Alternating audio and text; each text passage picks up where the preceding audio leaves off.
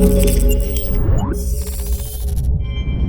what's going on guys? Arax here, welcome back to another Destiny 2 video. And in today's video, we're going to be speaking about one of my favourite weapon types that is returning in Destiny 2, and that is swords. Swords are of course weapons that were first introduced into the original Destiny in the Taken King, and since then we've had a few more. They are a really awesome weapon to use. They're of course a heavy weapon, and in Destiny 2 they are indeed making their return. They belong in the power weapon category, which is effectively your heavy weapon slot, only the kind of slots have changed a little bit. We now have kinetic, energy, and power.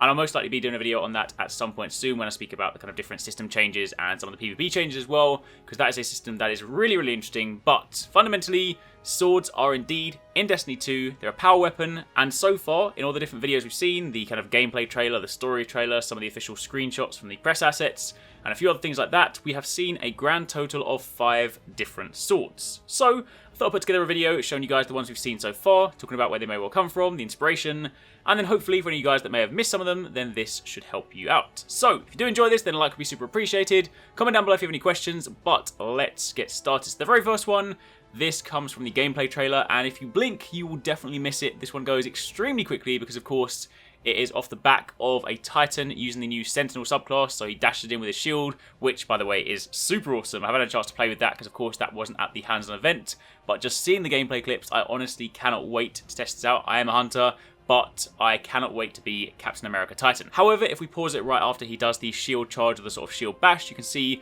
just before it goes back into first-person mode, just before he grabs his gun, you can get a very clear look of a sword on his back. And this is a really, really awesome design. Now, if it wasn't for the fact that Destiny 2 has a Cabal-focused campaign, I would have originally said that I thought this was potentially a sort of Fallen-designed blade, because, of course, the wraps around the side, the sort of angular design, and the way that it almost looks like sort of scrap metal put together, I would definitely put this down as a Fallen sword. However, given the Cabal focus in the campaign, I'm going to assume that this may well instead be a Cabal sword, because if you look at this guy here, they are of course distinctly different, but they do have a similar sort of form factor to them. The way the blade protrudes out the front, you then have a part where it sort of ducks in, and then there's a little spike around the hilt, so it definitely looks like a kind of miniature version of that to a certain extent. Doesn't mean to say that it couldn't be a Fallen blade. It still could be, because I'm sure Fallen are going to still be in the game in some capacity. We'll more than likely encounter them, and perhaps this is sort of something you get from maybe one of those treasures you find in the maps. Honestly, we have no idea where it comes from, but looking at that alone, I definitely really like the design. I definitely like how it looks sort of like scrap metal tied together,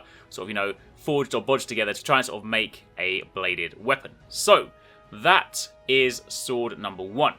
Then jumping up to the next one, this is by far my favourite one. This is being wielded by the Hunter in all the gameplay scenes, and it is basically a katana style blade, a sort of samurai sword if you will. It is a thin blade, a long blade, it looks really, really awesome.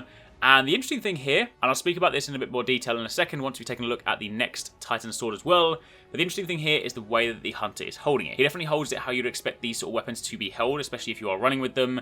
When he's running across this platform, holding it down by his side, looking like an assassin, honestly, that scene is so incredibly awesome. But this one here, not entirely sure. There is one scene that makes it look like it could well do void damage, but it could have just been sort of void splash damage from like a teammate throwing something or something that happens sort of at the same time. So no kind of details on this just yet. It is very, very faint, and of course we don't necessarily get any kind of super close shots, and then all the shots are in sort of relative shadow and darkness and whatnot, so it's quite hard to see this in detail. Of course you can see it on his back in some of the scenes as well, but regardless, this is a very awesome looking weapon. So, that is sword number 2. The third one, we actually got to look at this during some PvP gameplay from Game Informer. I will leave a link to their article in the description box down below in case you guys want to check it out. But this is being wielded by the Titan. This one looks a lot more like a knight's sword, so you of course have the very sort of broad hilt. You then have the sort of two-handed way that it's wielded, and of course you have a very standard, clean, straight blade. So this is definitely much more of a sort of knight sword, something I would expect, say, the Iron Lords to wield or something like that. It looks really, really cool, and of course when you jump in the air you've got this slam down attack. But what really interests me now is the way that the different classes hold them. So if you take a look at the Hunter sword and the Titan sword side by side, you will see that the Titan wields it in a very different way to the Hunter. The Hunter, when he's moving, has it down by his side, kind of like how you would expect an assassin to hold a blade, and of course when he's running it's held a little bit behind him. Whereas the Titan, when he's running with it, he holds it in one hand, but holds it in a much more sort of knightly fashion, so it's kind of held a little bit higher up, so it's almost like he's holding it as opposed to letting it hang. And then when you switch over to how it's actually being used, the Hunter still wields it with one hand and uses it very, very fast, so quick slices, whereas the Titan then swaps to a two-handed stance and then uses it in a much sort of slower but more powerful looking effect. Now, this is something I'm not too sure at this stage. I don't know whether these stances are based on the weapon you have or based on your class. I would personally prefer it to be class-based, so hunters being the sort of stealthy assassins hold the weapon in a certain way. Then, of course, the Titans being the bigger, tank-like knights, they, of course, hold it in a much more sort of regal fashion. And then the Warlocks, unfortunately, we haven't actually had any gameplay of them wielding swords that are not the super.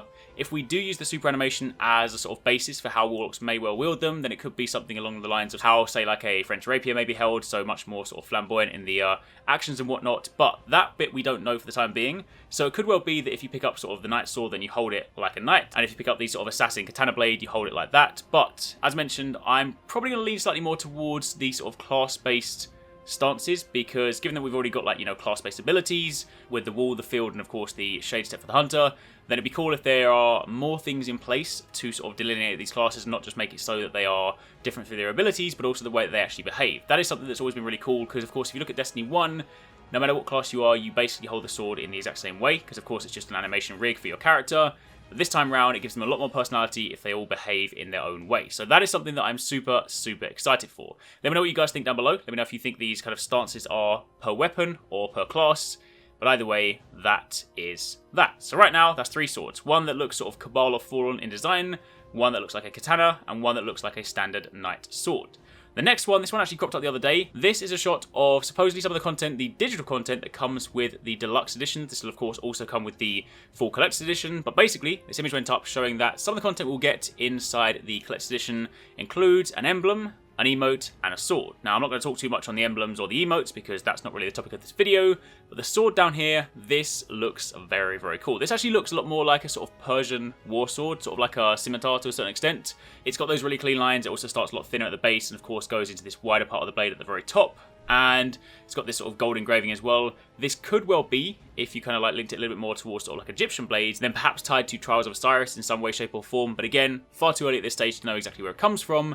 But this is also a brand new sword that looks like you get it from the digital content. And of course, if this is the case, then expect it to be a low light weapon that I imagine you'll need to infuse so as to effectively make it so that you are not sort of buying power, so to speak. So I would imagine it would just be a cosmetic thing. Don't imagine it's going to be like, you know, oh, I'm buying this ultra awesome sword that you can't get anywhere else. So that's what I would assume. And then finally, the last one. This is not really new, so to speak, because of course this weapon here, you guys, if you play Destiny 1, will be very familiar with, but this is indeed Razorlighter on the back of Lord Shaxx, no less. So if you guys cast your mind back to that Mega Bloks kit from a while back that gave us basically a hint as to what might be happening in Destiny 2, when it said that Lord Shaxx would be using the Razorlighter to fight Cabal in the city hangar. That, of course, in light of Destiny 2 events, may well indeed transpire, and the fact that Lord Shaxx is wielding Razorlighter on his back, I don't know whether at some point during the game we will get this blade, or whether it's just going to be tied specifically to him.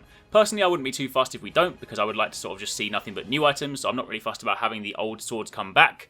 But there could well be, say, a quest tied to it. Maybe you do a quest for Lord Shaxx and then at the end he gives you his sword. Or, hey, who knows? Who knows what happens in the story? Maybe Lord Shaxx dies and we take his sword from him. There could be many different things that could happen. Or, as mentioned, it might just be that he is in one of the cinematics and this is, of course, his iconic weapon.